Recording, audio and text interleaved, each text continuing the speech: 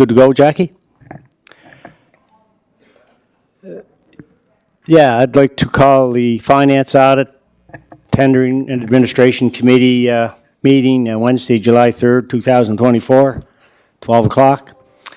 Council Chamber, City Hall, 199 Grafton Street. Order of business. Number one, call to order.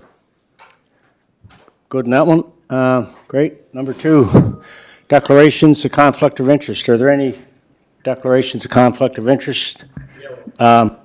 Councillor Bernard, get your light down. No? Nope. Okay. Your light's on. Okay, you ready to fire up? Yes. Yep. Okay. Number three, approval of agenda.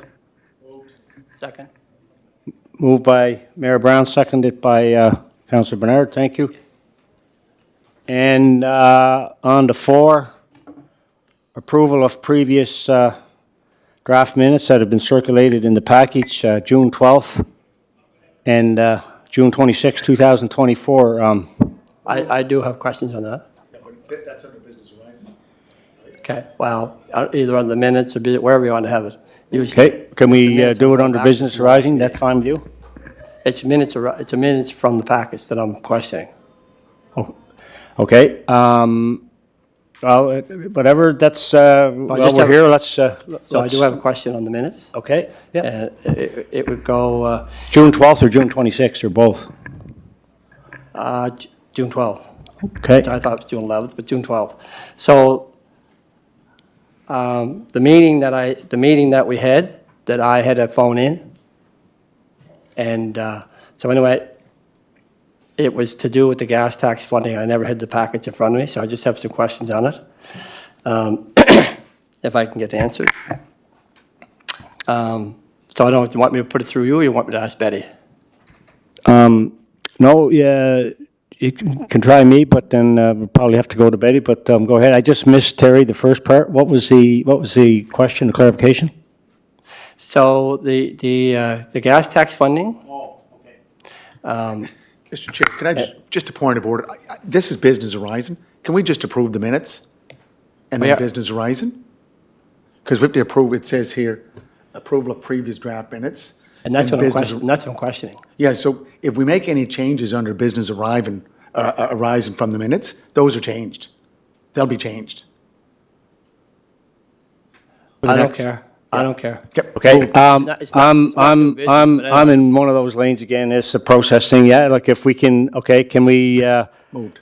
taking Mayor Brown's, we can go to bit 5, business arising from the minutes. Okay, can we go back to you, Councillor Bernard? Go. Gas tax Yeah. question? Sure.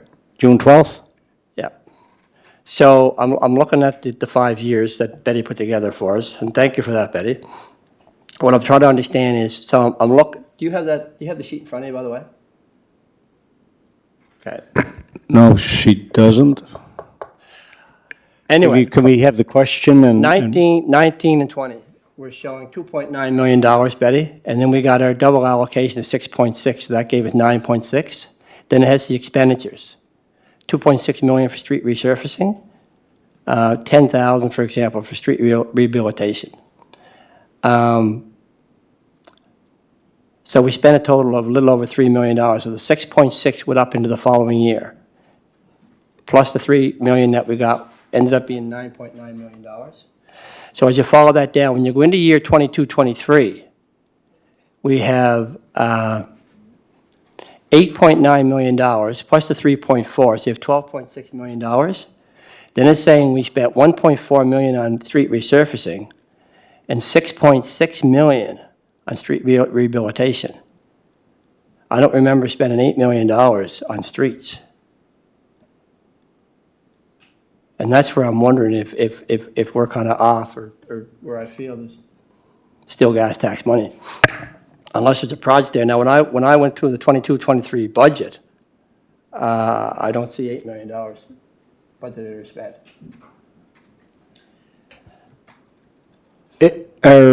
Betty, are you clear on the question? Yeah.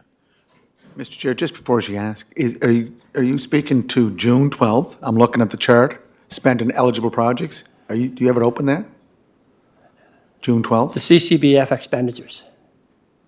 where It was we in the have package for June 11th. March 2024, 7.4 million, and then, is that what you're looking at? Just want to be on the same page. So what, Is it the chart that says spent on eligible projects, total spent 2014 to March 24th, and then we go up to 24, 25 capital budget, 1.5? Is that's that the correct. same one? That's correct, yeah. Okay, I just Yeah. wanted, okay. And the other question was in 23, 24, we're showing that we spent 4.7 million with 3.8 million left, which will get carried into the next year. And then that year, we got 2.9 million from gas tax funding. So telling me we should have almost $7 million to spend, not the three in the current year.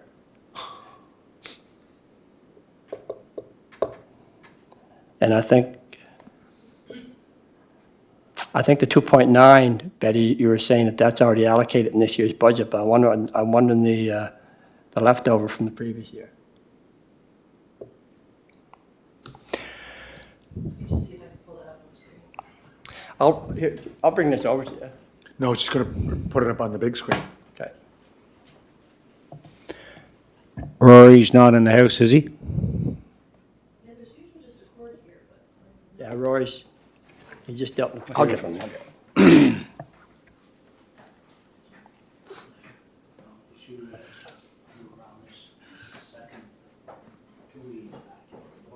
That's right.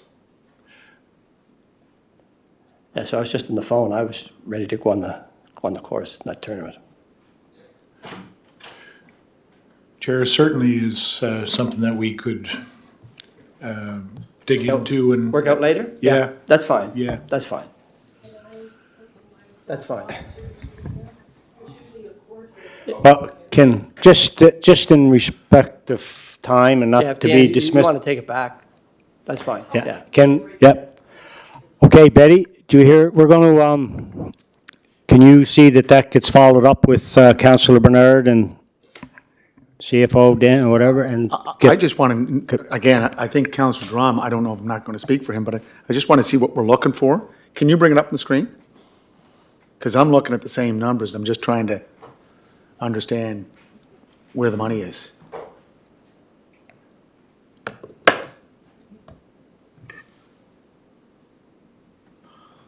Okay, here it goes.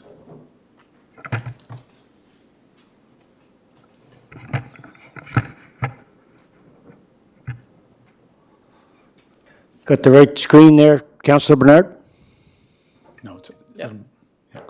Okay, do you want to maybe go from the top? Betty, you ready for questions? Thank you. Okay, so Betty, first question, I guess, if you look at 1920, the very first year, when we go down, we talked 2.6 million for street resurfacing, the wastewater lift station, so it has street rehabilitation, $10,000.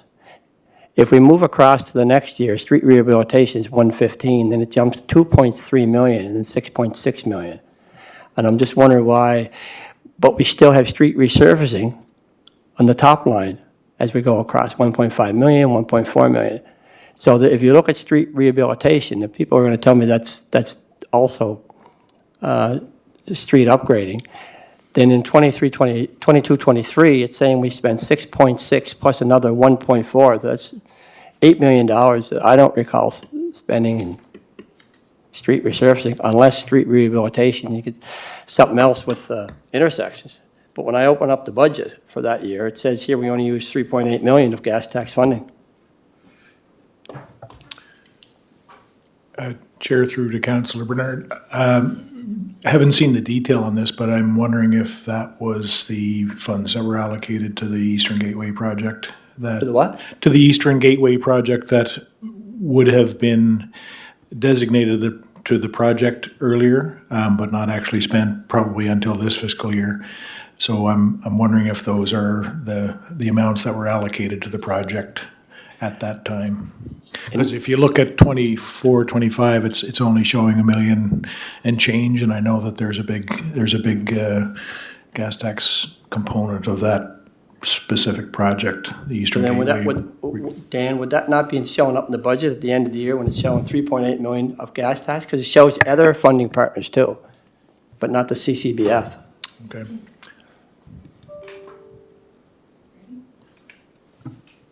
Because it's saying there was also $1 million in ICIP and PEI active transportation was 285, a total of 5.1 million, but 3.8 of it was gas tax. And here we have close to 8 million in gas tax.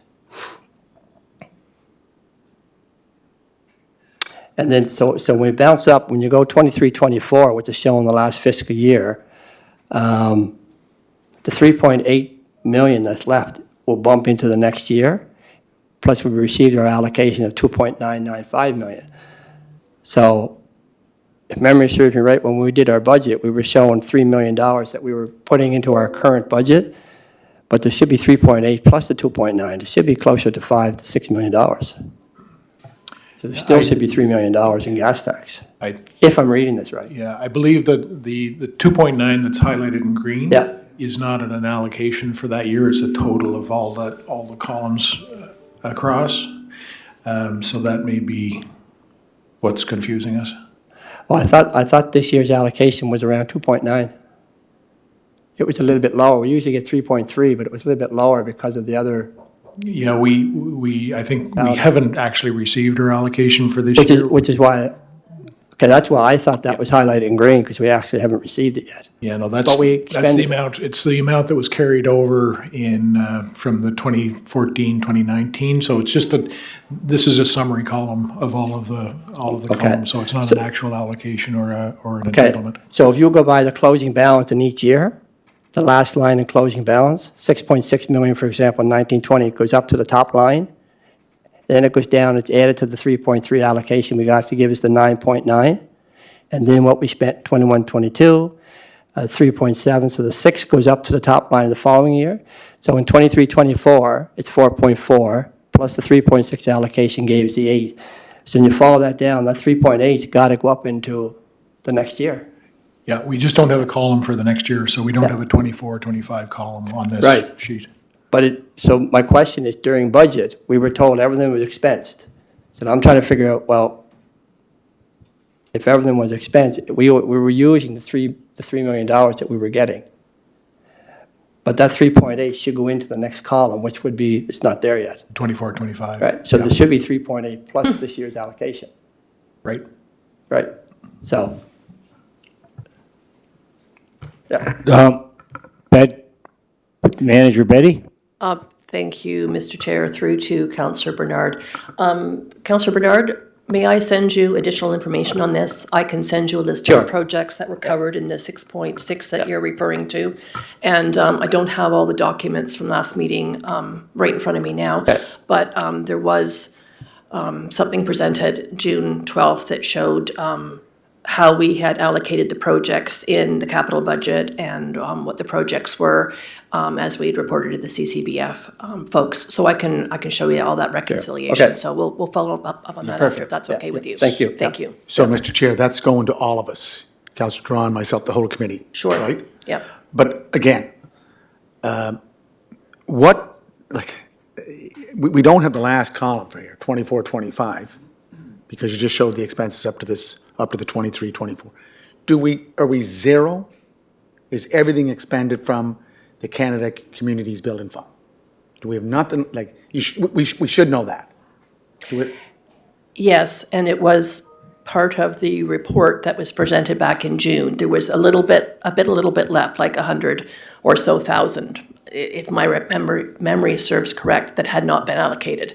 So there was, I think it was in the actual report, or it was an attachment that showed how much we had per CCBF, how much we had in the capital report, and there was a little bit left, but it wasn't a lot. And it was allocating the 3.7 that is showing here as the closing balance, as well as the new allocation for the 24-25 year. So Betty, I have the June 12th minutes here, and actually the package from June 12th on page 5, and you break it down, total spent. Is that what you're referring to? Like, what are we referring to? Let me just have a look. I'll see if I can pull it up quickly. Thank you. And the reason this keeps coming up, Mr. Chair, because as you know, back in 21, was it 2021 or 21-22, the federal government doubled the gas tax fund. So we doubled it. So and I don't think we expended all that money. And then this keeps coming up every budget. And now it's coming up during the budget or finance committee meetings, which is very important. So I just want to get an idea, is it on $100,000 left? Because I know, but I'm looking at the package from June 12th, page 5, and it talks about the audited CCBF annual expenditure report summary for the direct allocation of CCBF is attached.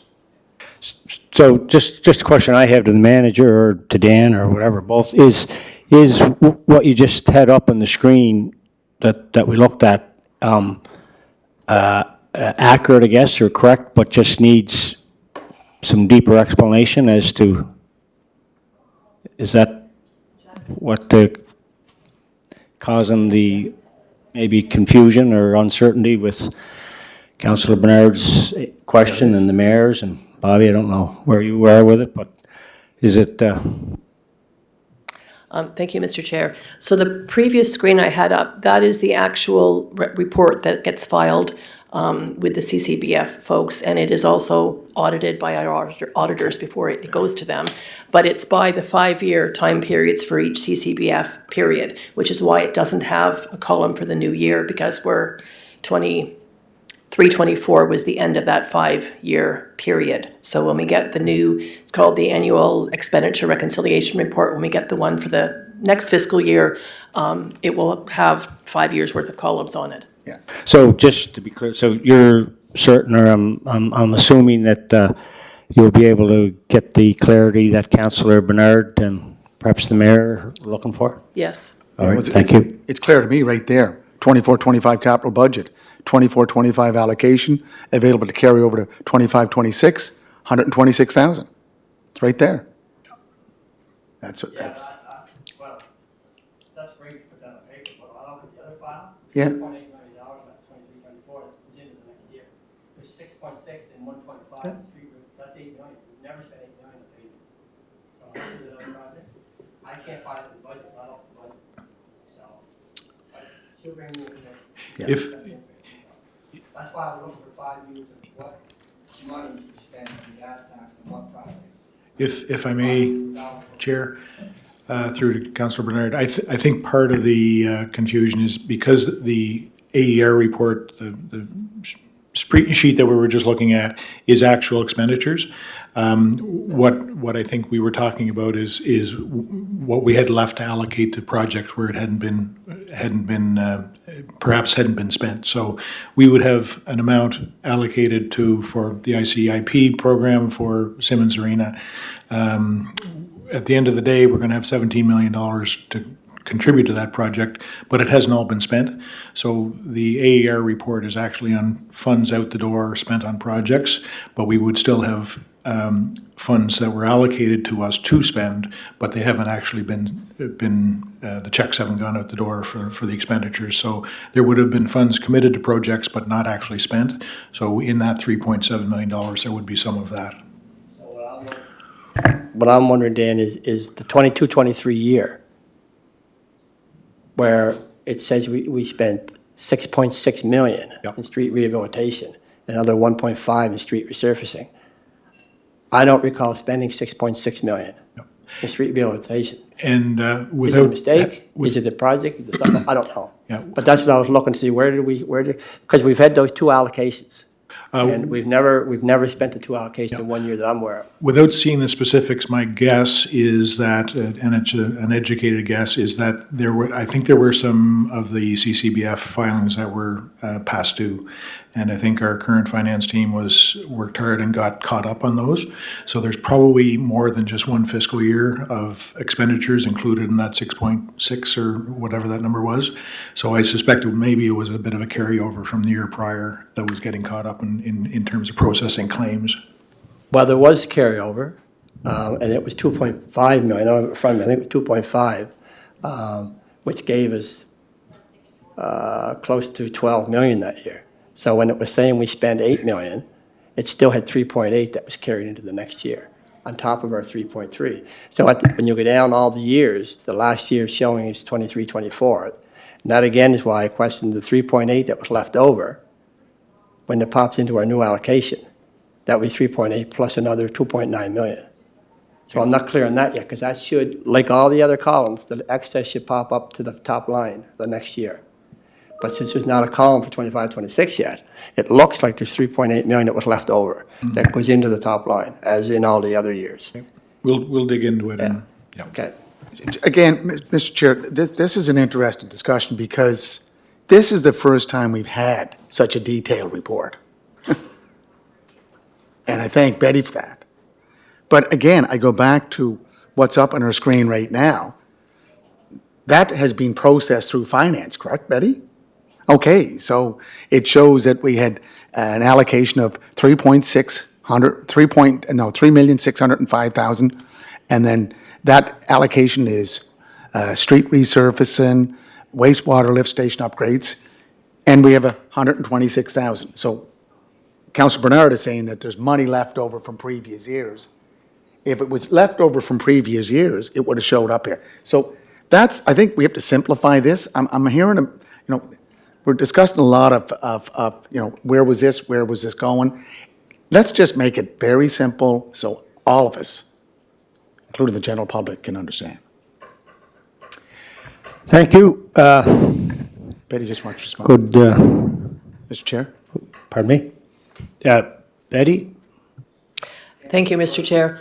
So what I propose that we present back to you is a report similar to this, except it will, instead of having total spent 2014 to 2024, I can give you the last 5 years by each of these individual projects. So you can see what happened in which particular year, when the actual expenditure happened, when it was claimed against the CCBF. And that, I'm thinking, will make things more clear. Yeah, just as well, just gas tax and what project is spent. Sure. Thank you. Great, thank you. Moving on to item 6, discussions, reports. We got 6A to G. 6A is Community Foundation and PEI proposal update.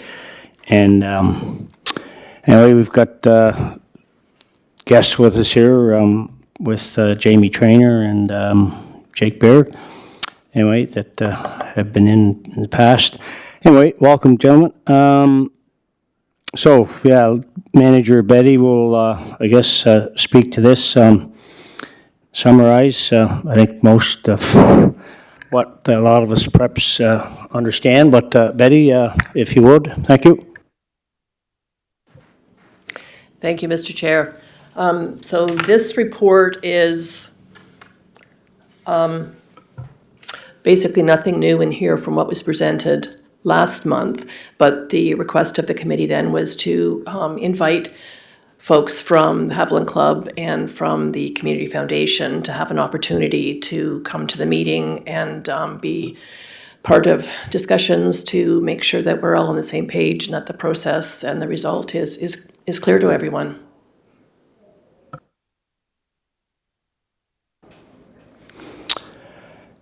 Thank you for that, Betty. Okay, so, Mayor Brown? okay, Betty, you were part of this process back, I think, December, when we started looking into this. I had some concerns. Didn't look like it was there was no way that this was money laundering or anything that was legal, illegal. It's a very straightforward case. Where's the problem? Like, I looked through the report. Is it more work for us, less work? Are we doing something that is not following CRA rules? That's what I want to know. Betty, you want to speak to that, please? Thank you. Sure. Thank you, Mr. Chair. Through to Mayor Brown. There were some new guidelines that came out from CR in December of 2023 that put some additional requirements on how this was managed. And it put some additional onus, or clarified the onus on the city as far as what we had to do if we gave money under this suggested format, as well as additional issues regarding the Community Foundation. And the Community Foundation did extensive research to make sure that if they moved forward with this, that they would be meeting CRA requirements. They also sought the advice of a charities lawyer, and they came back and said that, no, this would no longer work. They really aren't under CRA guidelines. They're not supposed to be specifically fundraising for a specific cause. And the other issue would be it really didn't meet the requirements if they were to cut a check to the city and then direct the city as to how they would use it. So both from the city's point of view and from the Community Foundation's situation, this scenario doesn't work the way we thought it would when we first started talking about it last fall. If I may. Could I just ask both of you? Okay, so the Community Foundation came back and said they can't do anything about it? Is that what happened here? Not the Having Club?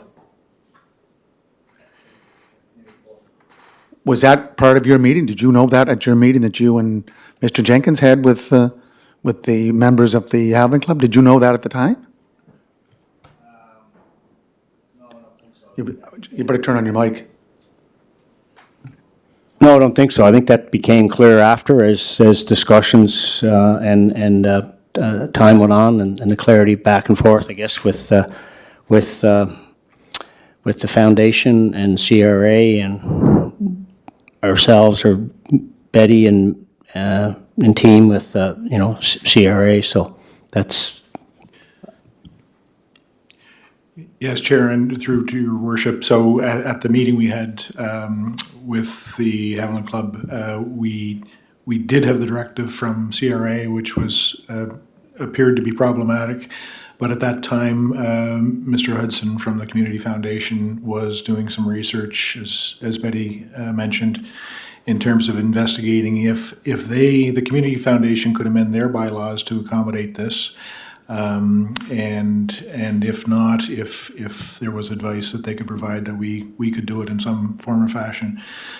What they come back with was a letter to the Haviland Club and copied to us to say that they weren't able to accommodate this in their own bylaws, and recognize the challenges that the city would have to accommodate it, and their recommendation to the Haviland Club at that point was to seek their own charitable status, that it would provide them a much cleaner and faster track to get to where they needed to be to get their fundraising in place.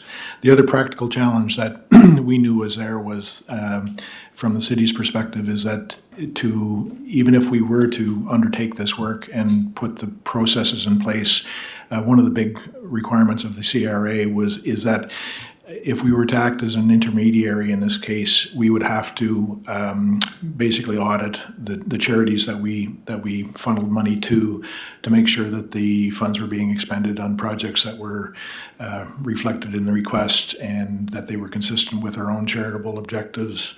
So there was really kind of we became a caretaker more so than just a flow through. With responsibilities and potential risks with CRA.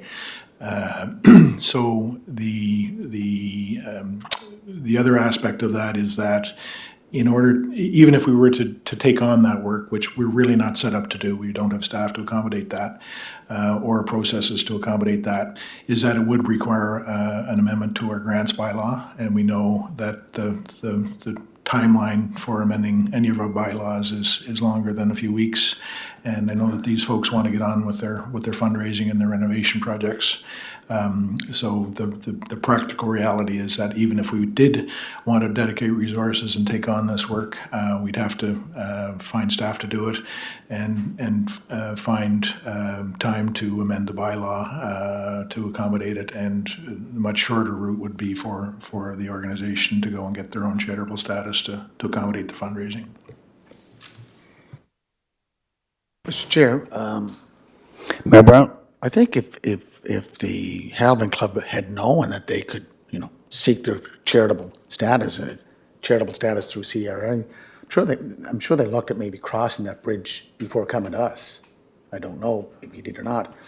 So when we discussed it, there was no cost to us, except administrative work. And now with the CRA rules that we'd have to get an audited statement, look at the audited statements to ensure that they were spending the money where it was channeled to for, let's say, adding new windows or adding a new patio. Like the Havner Club has been a very strong organization here in the city, right since its beginning as the American consulate back in the late 1800s, early 1900s, and then it became the Officers Club. And now the Havner Club is a totally volunteer group that are quite actively involved with the community, and they outreach to many organizations. I'd really like to have an opportunity to have them to come into a finance meeting. I know a couple of the members are here right now, to have a frank discussion on how we can make it work. Well, Mayor Brown, I can't, the Community Foundation have spelled it out fairly clearly that they can't, they can't be a party to what was originally thought that might be something that, that could happen, including ourselves. So the long and short of that dynamic is it doesn't appear that it can happen. And I know at our initial meeting and discussions and Jamie and Jake, were there. They may have had a different impression, of that meeting, but we certainly had a good meeting at that initial meeting, but didn't lead them astray to believe that this was a slam dunk or could easily be done, but that we'd continue to explore it but also, perhaps maybe have, indicated that, their own charitable status, could possibly be a solution. I think that may have been, perhaps talked about. But in any event, to me, it appears at present that seems to be, I can't speak for them, they're here, but that to me, it seems to be, that's their, perhaps their best path forward. I don't think we're going to find anything different by having them back in and talking about them, ourselves, and certainly the Community Foundation. The Community Foundation have spelled it out. They can't be, it doesn't work for them. So I don't know where you go from there in terms of, other than, I guess, trying to support them in any way they can in terms of exploring their own charitable status. Well, Mr. Chair, we do have the president and Jake here. Could you ask them if they wish to speak or address this committee, because it is a public meeting? Yeah, well, they're welcome to. So not both of them, one of them, maybe the president, if he wants. He's president of the club. Jamie, if anything, you're welcome to. It's new information from the Community Foundation for sure. It's definitely new information from the Community Foundation. It's just been recent. I'm not sure. We've kind of looked at those guidelines and what we have to do next, our next exercise in how we achieve. And yes, there could be different options we can pursue. At the time, that was the direction we were going. We were looking for a partner through Ken Hudson's. As you recall, the contract at that time we had, and we just wanted to change a couple of words. The contract was drawn up, went to City Council, and it was just a matter of signing it, and it was a go-through deal, right? And then some things happened, it got pushed out, and here we are today with some new guidelines from CRA. So I'm not sure. We'll have to revisit the next steps. But yeah, we would be, as a community organization, nonprofit, looking for some way to survive. So what I can tell you is that the Haven depends on a revenue stream from rentals. It is a private membership. of course, but it's open to the community. It's a community organization, nonprofit.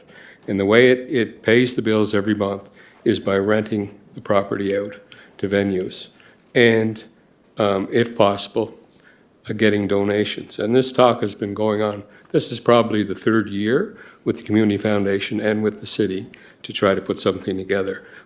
We had looked for a partner, and at the time it looked, with this flow-through fund that we had a contract drawn up with the partnership with the city, it looked promising that the Haven could get that. But these are new things that have happened through the new rules of CRA. We'll have to take a look and seek maybe some legal counsel on the next step for us, what we can do. But like I say, there's lots of people who would like to donate, but they can't donate because they can't get a tax receipt from us, right? So it was actually Kent Hudson who brought this up at the time 3 years ago. And that's where we were going. That's why we met with you, John, and Dan initially. Our meeting was to talk about this document and the next steps forward. And then it went kind of sideways after that. Well, it was because of certain situations, as Dan just said. He said that the city wasn't prepared or didn't have funds available to support such a program from an organization like the Haviland Club, a nonprofit. So that's kind of where that went on your initial meeting. This came later with Ken Hudson, right? With the new CRA rules, which we will have to investigate. And he's doing it now. The first thing he sees is he may not be able to help us now through this new CRA implication that's happened. So we'll have to wait and see, I suppose, in that regard. We just, I think the meeting here today we were for clarification. Now, this is new business, right, that through Kent's organization that's come up since then. But originally, that's why we were here to talk about the original contract that we had proposed. And it was pretty well inked as far as everybody thought at the time.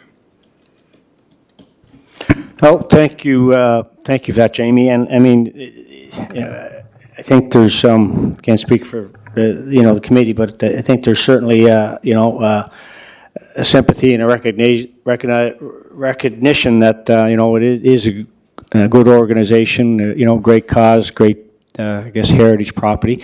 I think we went into this, open-minded with the possibility of exploring the request, and as it turned out, going down that road, we know where we ended up, unfortunately. So, wish you and your group all the best going forward, and if there's any, I guess, any assistance that we can or be of, in that process, time will tell. Any, Dan Jenkins? I just wanted to point out that the agreement I think that Jamie's referring to was not just an agreement between the city and Haviland. It was a three-party agreement, so relied on the Community Foundation to actually facilitate the raising of the funds, and then the city would then be an intermediary to then direct the funds to the Haviland Club or another charitable foundation.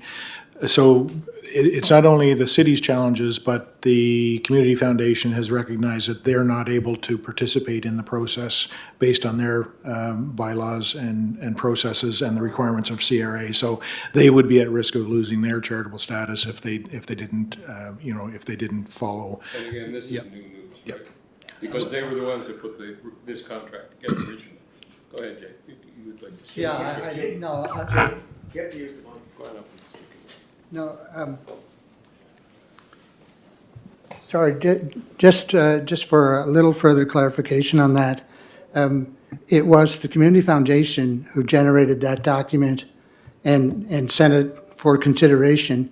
It was a three-party document. They consulted with us first and sent it up to the city, and we were quite satisfied with the process and how that. So the new news is from the Community Foundation. All of a sudden, what they thought they could facilitate for us is, according to them, not possible. And for us, we've spent well more than 2 years trying to work our way through this.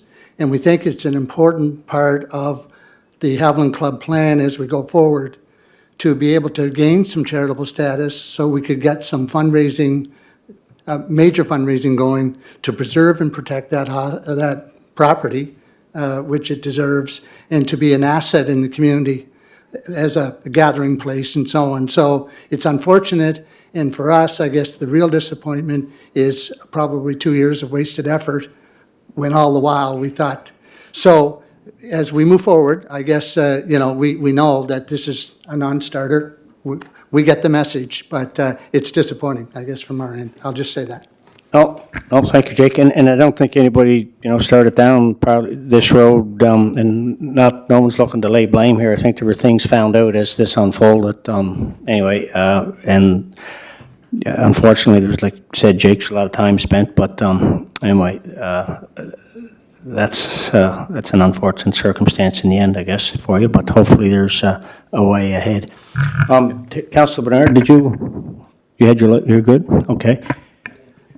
Dan? And just, of course, I mean, we want to support the Haviland Club in any way we can practically do that, and whether it's through planning or grants or, other mechanisms, but unfortunately, this is just a road that we found out we couldn't go down, so it's disappointing, I'm sure. Okay, just to clarify that. Mayor Brown? So, if the Haviland Club, let's make it very clear, if the Haviland Club finds another partner, another community foundation, Prince Edward Island, or like-minded body that can channel money through their organization, the door is open here? Is that what we're saying? Is that what you're saying, Mr. Chair? That's just clarification. I think that's what they want. No, I can't, I have to think the rules are the way the way they are, and if they're driven, if they're driven by CIR, I can't see how they're going to be different for any other organization. So unless the rules change, I can't see, unless there's a change of rules. But CRA rules requires more accountability on our part. It's not just a straight through. They want to see an audited statement. They want to make sure the money is being spent. We're saying that it's going to require extra administrative work, extra administrative time, which is a cost to the city. So we're saying, you as chair, we're saying that we're not open to the Haviland Club if they find another partner to channel the money through. I think that's what they're trying to find out. Is there a possible partnership if PEI is not there, Community Foundation, Prince Edward Island's not there, but someone else comes along and say, no, we'll channel the money through, and we'll give you hand out the tax receipts. Dan, did you light on that? Yeah, thank you, Chair, through to your worship. I think the real story is that this isn't a line of work that the city's in currently, so it would require a significant investment in terms of setting up, revising the bylaw, setting up procedures to do this, and because we're not doing it on a regular basis, those are typically areas in administration where you run into problems and challenges. The advice that Jamie and Jake received from the Community Foundation was that the simplest solution was for them to apply for charitable status, and then the Community Foundation could assist. That would remove the requirement to have an intermediary, so the Community Foundation would be able to assist in that regard. So I think through obtaining charitable status, we'll be able to resolve their issues and get to their fundraising and not require the city's involvement, which would then allow us to focus on things like the procurement bylaw and other priorities that we have currently. Mr. Chair, last point. If they don't get charitable status, I'm saying that we should have the door open here. And how we work through that process in cost or whatever, that could be a fee that we charge them. Look, it can be worked out. This is a very valuable organization to the city, not only historically, but currently what they're doing in the community. It's a very open door facility that provides lots of opportunities for the community. Thanks. That's it. Thank you for, just as they say, supplementary from the honourable member. I would just say that since we came to this point, we've looked at what the possibilities might be for us. This door seems closed, and we get the message. If we investigate the possibility of us gaining charitable status on our own, right now, we're a Part 2 company, nonprofit organization, and we're not a registered charity. If we were to become a registered charity, it would require some revision to our constitution and bylaws so we could structure ourselves to meet that requirement. And I'm going to put something back out to you in terms of assistance. That may require some support for legal fees and things that are a challenge for us right now in terms of our own budget.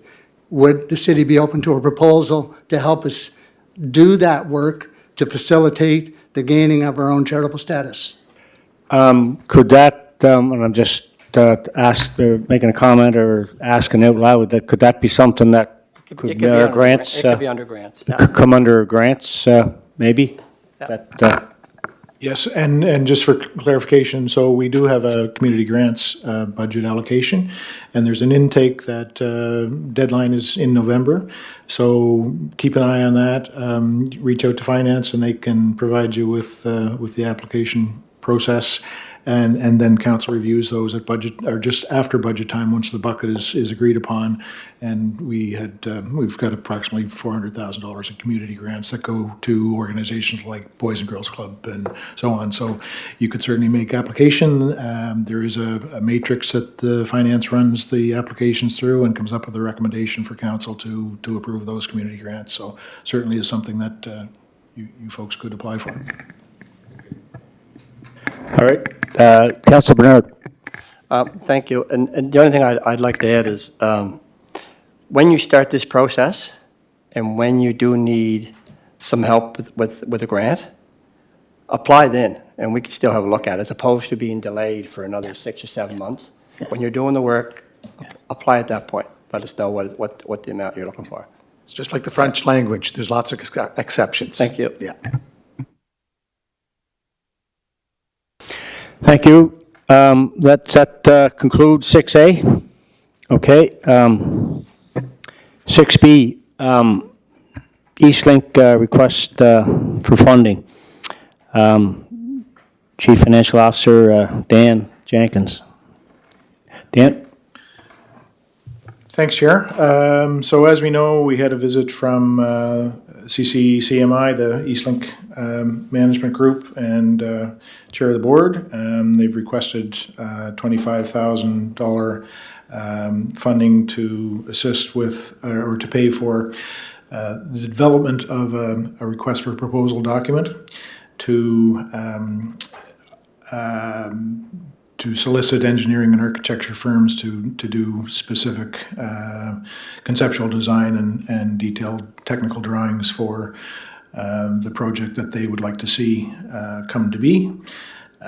The basis of the report is essentially the recommendation from staff is that while we understand the value of Eastlink Centre and the value potentially of renovations and expansion, we recommend that we undertake the engagement with funding partners discussion before we go down the path of a specific building design, because we think it's important to get those funding partners in place and part of the process of making those decisions prior to doing the work for a specific building design when there may be other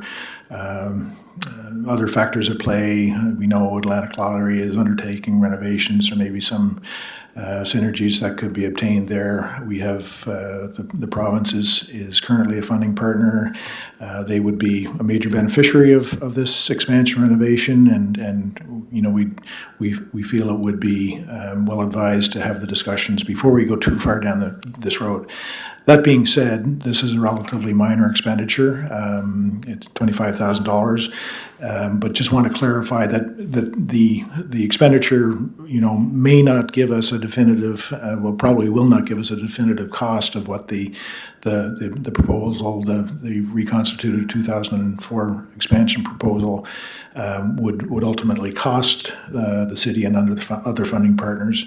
But the suggestion from the management consultant, the consulting engineers on the project, is that it may give us some comfort that the estimate of $38.2 million is somewhere close to what the ultimate cost may be. So, yeah, while we would prefer that we have the discussion to identify a funding plan and a business plan, consider all the different options that might result in a good events center that would move us into the next 20, 30 years. This in and of itself is not a deal breaker, but I think it's important that we understand that we still would really heartily recommend that we not go too far down this road beyond the RFP process to have those discussions to come up with a funding strategy and a business plan, considering all the different scenarios that have been suggested by our partners at Eastlink and John Hack and others. Atlantic Lottery has some ideas as well. So, yeah, that's all I have to say. Happy to answer questions. Councillor Bernard. Thank you. I guess a couple of questions. One, how long does it usually take to prepare an RFQ and then have it go out to the, I know it's usually out 2 weeks or a month to the public, but it seems to be some RFQs that we do or RFPs that we do here, sometimes it takes 6 months to draw it up. What's the normal turnaround time? John may correct me if I'm wrong, but I think the indication he had from the management, the consulting engineer, was about 8 weeks to develop the RFP document, and then you would post that, and then it would probably be a 10 to 12 week turnaround in which they would have the ability to develop their proposal. So 3 months. Yeah. So I'm also wondering, I for some reason, I thought, and John, you may better answer this, but do we not have some partner funding, I won't say agreements, but conversations with the province, with the federal government, and is there any commitments made, or can you give us an idea where we are with that? Just use that mic.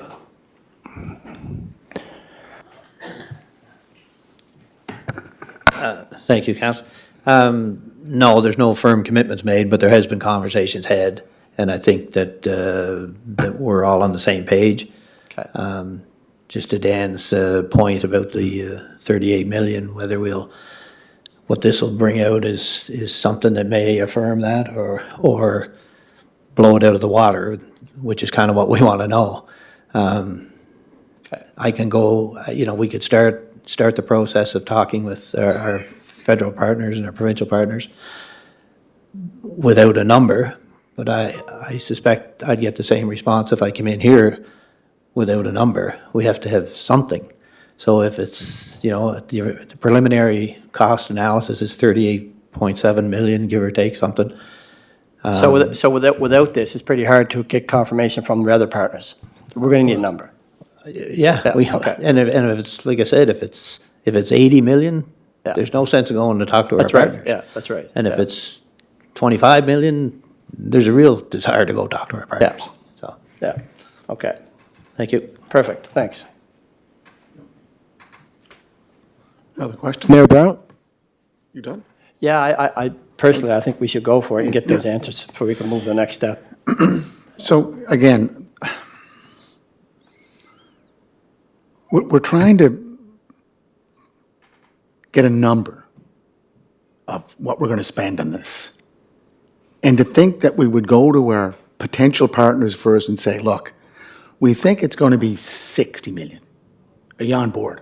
Well, how do you know it's going to be 60 million? Well, we just think that. We just think, that's our thoughts. Well, I know our provincial counterparts would say, we don't go with numbers like that. A COA, we're dealing with a COA on another project. And you can ask Mike Russ, the format that's required there to give a number that they can work with. They just don't want something that just pops out of the sky. And Councillor Bernard, when we were out in Calgary, I spoke to Kevin Duguay. He's a councillor from Peterborough. Peter repeats. They've been playing in Memorial Stadium Arena. It's an 80, 70-year-old stadium. They had someone come in and said, look, we're going to do renovations. They did renovations, but never added any numbers, like any seats to it. Well, now they're back at the drawing board and are looking at building a new one, and their estimated cost, $250 million. We talked, I think George Matthews talked about the Sudbury Arena. And I spoke to Bill Leduc, who's a councillor up in Sudbury. They originally started out at Gateway. Gateway is a casino in Sudbury, where the rink is already now. And I think that's another 60-year-old rink. And the new mayor said, no, we're going to move it downtown. We're going right downtown. Tear down buildings. So now they're looking at buying properties, buying buildings. That cost has gone from, I think George said 225. It was actually 250. It's gone to 350. And Gateway, the casino, says, we're out of it. So when I told our situation, they thought we owned the arena. We have a board of directors that operates the arena with a general manager. And they said, wow, that's a better situation than ours. And I said, we have a partnership. 80% is the city, 20% is the province. And I showed a topographical map of where it is. We got the arena, we got the trade center, and we got Red Shores Casino with the best racetrack east of Woodbine. It is a, as they call it, the Kentucky of Canada. It's like, we got everything working for us. So why, like from a business mind or from an accounting mind, why wouldn't we think that we'd want to get a number that we can justify through, just let me finish, that we can justify through some analysis, whether it's through the construction, whether it's through existing facility, how we can make it work. And I go back to the former mayor who came after us back in 2020 when we hired John Hack for the second time to look at a new arena. And the former mayor, Tex McDonald, said, there is room for expansion towards Beach Street side, purchase some properties and introduce a new concept in an arena building called innovation. We don't need to buy land. We can expand the existing facility and continue to operate. So staff's recommendation, I think from a business mind, an accounting mind, I would think that I would want this information before I went out knocking on doors looking for money. Councillor Bernard. Yeah, you know what, I just think that what Dan was saying was, before you get into a major project and so on, I think the 25,000, we go out and do it, we get the answers we need, and then from there, we can decide what the next step is. And I think that's what General Manager's saying too, so let's just move ahead, move this on to council, and then once we have the information, we can see what the next steps are. I think, if I understood Dan, we don't want to commit to a $38 or $40 million project when we don't have partners yet, but we're not there yet. So we'll do the next step, get the information, then we'll move from there. So I'll move it to go on to council. Second. Resolution's on the floor.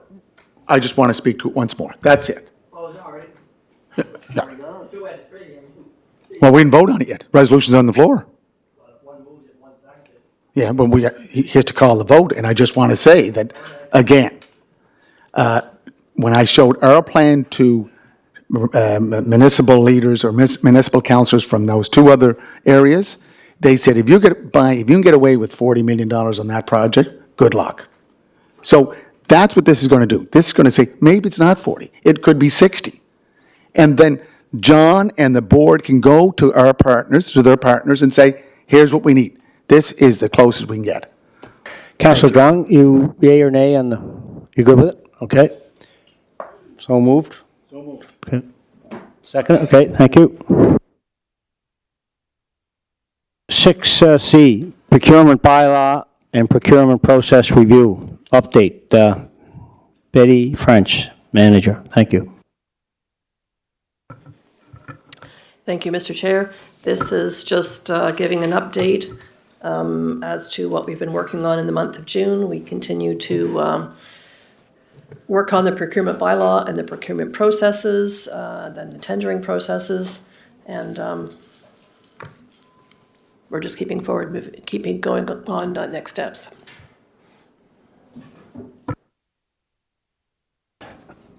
Okay, any questions, Manager? Looks Mayor good. Brown? Looks good. Draft procurement policy that was presented in October 2023, update May 8th, and I think maybe a couple of more months, we're ready to go with it.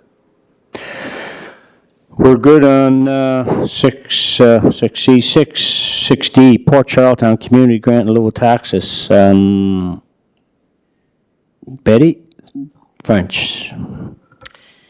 Thank you, Mr. Chair.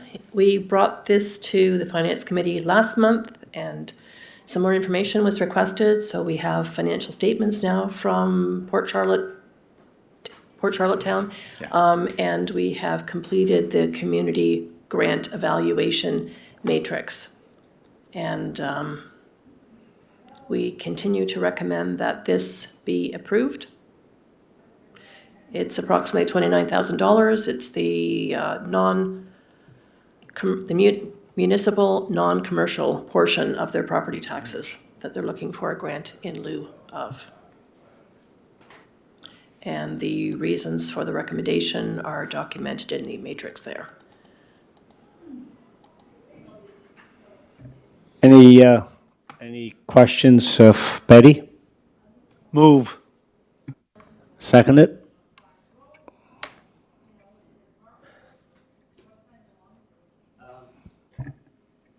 No, I guess if they're recommending it, I was just looking through the finances and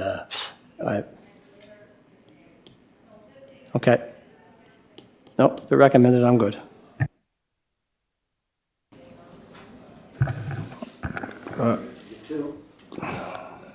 Yeah, no. I mean, is it okay to comment on the resolution? When you look at the finances that have been presented with the Port Authority, they certainly are trending in the positive direction in terms of their cash flow and their business operation. And this this is a request that I think in years going forward that would be wise to take a second look at in terms of continuation, or do we pause? Again, anticipating that they have application in front of us again, perhaps going forward. So that's just my comment. Thank you. Mr. Chair, can I just ask one quick question? I might as well ask it. Go ahead, Councillor Bernard. I'm just, unless I'm reading something wrong here, it says income for the year, 1.5 million. Last year was 356,000, and so, like you say, they were trending up the right way, and I'm just wondering if the income is 1.5 million.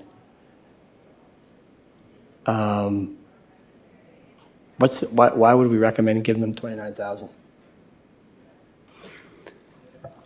Dan? I can offer comment. There has been a history of supporting the port through the grant in lieu. We don't have an agreement like we do with the airport. We have an agreement with a long-term agreement with the airport for the grant in lieu. I think there was a request informally that came at the working sessions that we had, the budget sessions that we had in the fall. They didn't make formal application through finance's process. So I think there was an expectation that they would get that continued support. I think this is something that finance struggled with a little bit. We're in a transition where last year they were losing quite a bit of money. This year they're in quite a positive financial position. So as the chair mentioned, I think it's probably something that we may want to consider next year, as we look to our grants policy. I know there's been questions from councillors with respect to our grant in lieu of taxes at the airport. While they're showing positive cash flow and strong financial position, they're also looking at a fairly major capital investment in terms of expanding that facility. So we may want to kind of look at our policy and say, what kinds of institutions do we want to support on an ongoing basis, and through an agreement in long term. What are the parameters? What are the conditions for that? But to the chair's point, I think this is something that we may want to revisit in the future. I think this year I don't disagree with Betty's recommendation based on the matrix, given the context of how we got here. It's not a large amount of money. It's a large piece of infrastructure that supports our city in many ways. On the funding piece, we something that might support discontinuing the grant in the future is that we do bear a lot of the cost of supporting infrastructure that the port generates, cruise ship traffic, et cetera. So there's policing costs associated with that, public works maintenance, and so on. And we don't share in much of the revenue side. So those are things that we can consider down the road. But in this case, we felt it was finance felt it was good to support them here. Yes. Yeah. So the resolution will go up to council, and the financials that are in here for the port will be part of the council package as well, correct? Yeah, so there's another chance to vote as you see fit. Yeah. Mr. Chair, just to go back to the Charlottetown Airport Authority, I don't know what councils were talking about or concerned about that grant. That's the first I've heard of that, but maybe you've been speaking to councillors. But just remember, we have 4 ports of entry into the city: the Charlottetown Airport, Port Charlottetown, University Avenue that connects us to Highway 1 to the Federation Bridge, and we also have Wood Islands. So look at the work that we're doing down at the Hillsborough Bridge. I shouldn't say Hillsborough Bridge, but Water Street Parkway and Grafton Street East. That's all about enhancing and making it a more accessible place to come into. We do have the University Avenue plan that we put on hold because we want to make that more accessible. So yes, they did make their presentation, and I think that's why they came back to us, and I agree with the recommendation, but there will be a review of the matrix, I'm sure, next year by Betty French and crew to say, maybe it's time for us to move on, but I think there was a commitment, or at least they were acknowledging that we were supportive of it. So that's why I'm supporting it. Thank you. Yeah, and the other point is that both the airport and Port of Charlottetown are not just organizations out there. They're key partners in supporting what goes on in the city. So we want to take a long-term perspective with them. Thank you. 6C, draft year-end financials. Betty, take it away, please.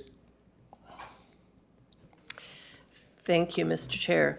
So we have included in here the draft internal financial statements for the 12 months ended March of '24. And these, of course, are subject to audit, but we are anticipating that these will be, in all material respects, our final March financial statements. And I'm pleased to report that our budgeted bottom line for water and sewer was $325,000, which included using operating surpluses from the previous year. And what we've come in at is a surplus of $7 million. And we did not need to use any of the previous year's surpluses. So we are continuing our trend of having surpluses. I'm also quite pleased to report that the forecasts back at budget time in March, we did forecasts for the 23-24 year, trying to estimate where we would be at year end, so we knew how much surplus we could carry forward to the 24-25 fiscal year, and those forecasts were quite correct. So we were at that time forecasting our total revenue would be, this is for city, 77 million, and we've come in at 77.8 million. We forecast city 23-24 expenditures as being 72.8 million, and it's come in at 72.9 million. And water and sewer, we were forecasting a surplus of 1.45 million, and we've come in at 2.2 million. So I think that's a very good result. Want to say, Mr. Chairman of Water and Wastewater is doing a great job there. It's, it's in the black. It's so black, it's deep black. So Betty, I just want to go up to our revenue because I'm just quite pleased with the chair's role there in that Water and Wastewater Corporation. But again, our share from the province when it comes to, what they collect and what they give us is down to 58, 59 cents. That's been the 2017 to 2022 agreement. Hopefully we can better that because, we're going to have increased expenses in policing, public works. I don't know about water and wastewater, it's doing well. Parks and recreation, so forth. So I'm really hoping that we can get a good deal. Thank you for the work. It looks great. Any other questions to Manager Betty?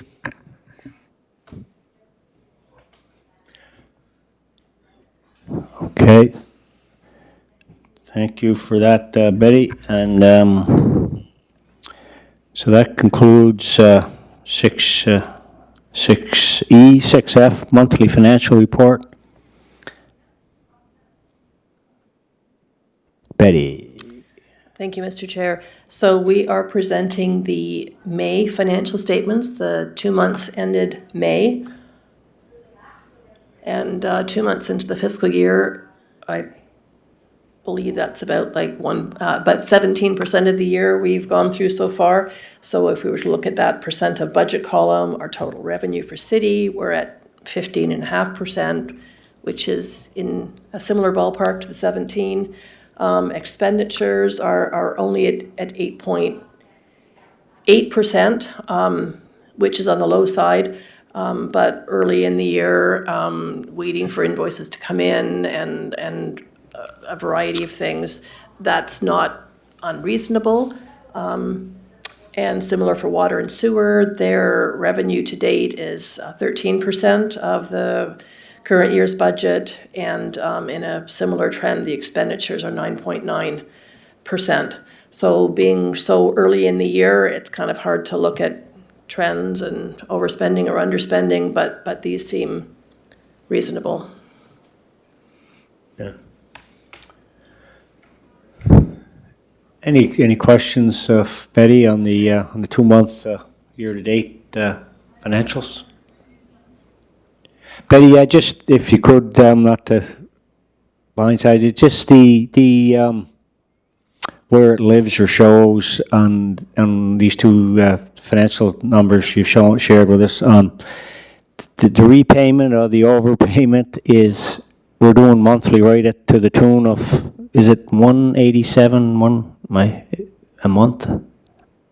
This is the $3 million overpayment you're referring to, Mr. Chair. The repayment started on that on April 1st of 2024, and we're repaying that over 24 months. And that doesn't show up on these financial statements at all because that's a balance sheet item, so it doesn't flow into the income statement. Okay, thank you. Councilor Bernard. I'm just wondering, the water and sewer surplus, so when we increased the water rates, I can't remember what was expected for revenue. Betty, can you remember? Was it supposed to be like $120,000 for the year? And I'm wondering, because I thought we were trending the other way, and I thought it was always we were going to do that 2% or 3% increase every year. So is that what's propped that up a little bit? Like I'm looking at the water and sewer surplus deficit 618, and in the current year 740. Is that the difference between the increase?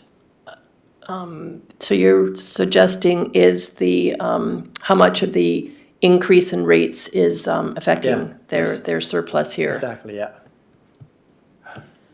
I can't comment on that off the No, top of my that's fine. head, but We'll that. see throughout the year. Yes. How it's going, but, Through to Chair to Councillor Bernard, I think the increases that were approved at budget wouldn't have come into play until April, so they wouldn't have impacted that 2.2 surplus. Next year's results, or the year that we're in, would be affected, but that would have been more the increases that were passed a year ago, March. okay. Okay, so is that, if this trend continues to evolve the way it's looking, are we still going to recommend a rate increase the next budget? I mean, well, I guess time will tell, but I mean, because that was something we put in with the policy, that it was going to go up with CPI every year. Anyway. Okay, thank you. Councillor Drunk? Thank you. I can respond to that a little bit. We weren't sure about the surplus in the water and sewer department.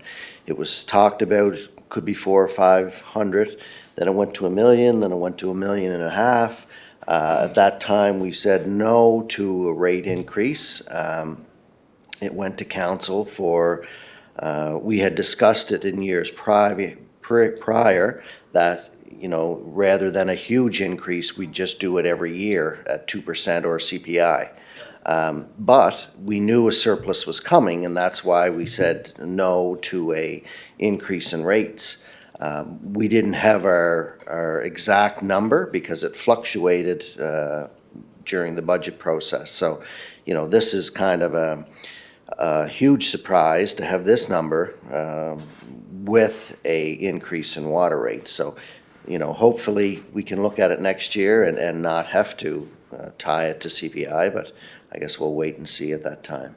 That's just a bit of a clarification. Thank you. No problem.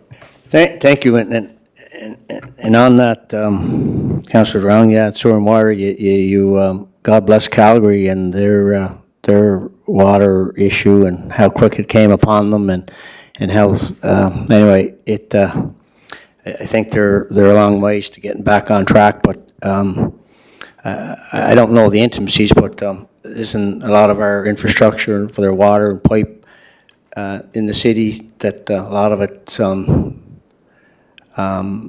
probably projected to be replaced, and anyway, we just hope that we're always in a good financial position, I guess, for those continued, I guess, upgrades and capital expenditures. So while that impacts budgets and rates, I guess, remains to be seen. So, Mr. Chair, just a question that was brought up by Councillor Bernard. So I have the budget document for 24-25, and it says for forecasted 23-24 revenue, 15,334,000, expenses 13,875,000, and it's in bracket 1.4 million was surplus. Ready? But this year, the forecast surplus is 165. That's what he's saying, because he's got his expenses up to 15.7 million and his revenue at 15 million and, well, no, he's in the debt. He's actually overspent. You hit your book there, it's page 63, 64, 65.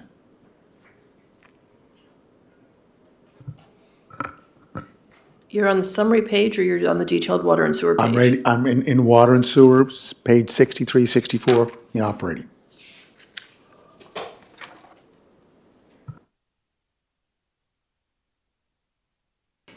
I just want to.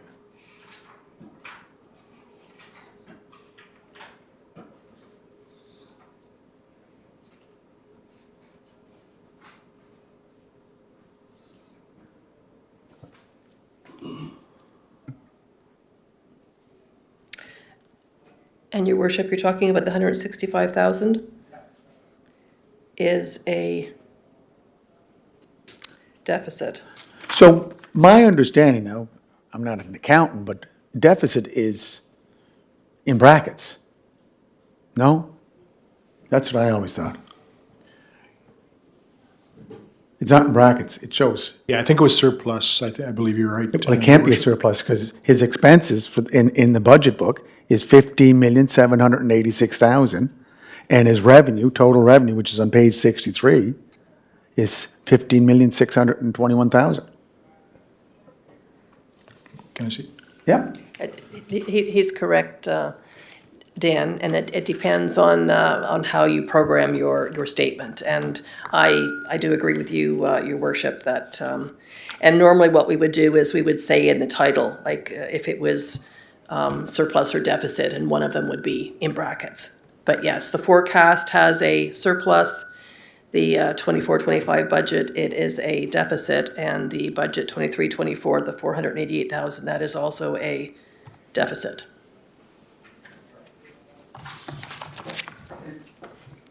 Again, I know the chair's doing a great job, but as the chair knows, I think originally he asked for a 5% or something like that increase, and we said, no, he didn't want to go with the CPI. I think that was put to the side, Mr. Chair, right or wrong, but we said, no, we're going with CPI. Is that correct? I believe so, Yeah. Anyways, so water and wastewater is doing good, doing well. Thank you. All right, thank you. Does that conclude 6F, 6G, tenders, RFPs, RFQs? Betty, thank you. Thank you, Mr. Chair. This gives a summary of the various tenders, RFPs, RFQs since the previous report. So these shows what is not yet been awarded. And we've tried to give a comment in there. We've given the number of bids. We've tried to give a comment as to why it hasn't yet been awarded. And this was prepared, that the information was largely comes off the website, and then Connie, our purchasing officer, gets some additional information about the comments. And I know at the bottom of the first page there, traffic control services, and the next two, she very diligently this morning gave me a sticky note with comments there, and that's happily sitting on my desk there. So my apologies for those comments not being included there. Questions for Betty? All good? All right. Are we going, looking at the parking strategy, municipal parking? Where is that? Municipal parking management strategy. So we're going back out to tender for that. Correct? Is that? I believe the director and the manager are having a look at that. The one bid that was received wasn't a qualified bid, so it's an important piece for the city that we need to make sure that we get good advice on, and they're looking at a strategy to go forward. Appreciate it, and DCI and the stakeholders in the downtown really want to see that go ahead. Yep. Thank you. Thank you. So that concludes discussion reports, 6A to G, and number 7, introduction of new business. Any new business that would like to be introduced? Thank you, and that's number 7 then. Number 8, adjournment motion. Mayor Brown, seconded by Councillor Drown. Thank you. Thank you.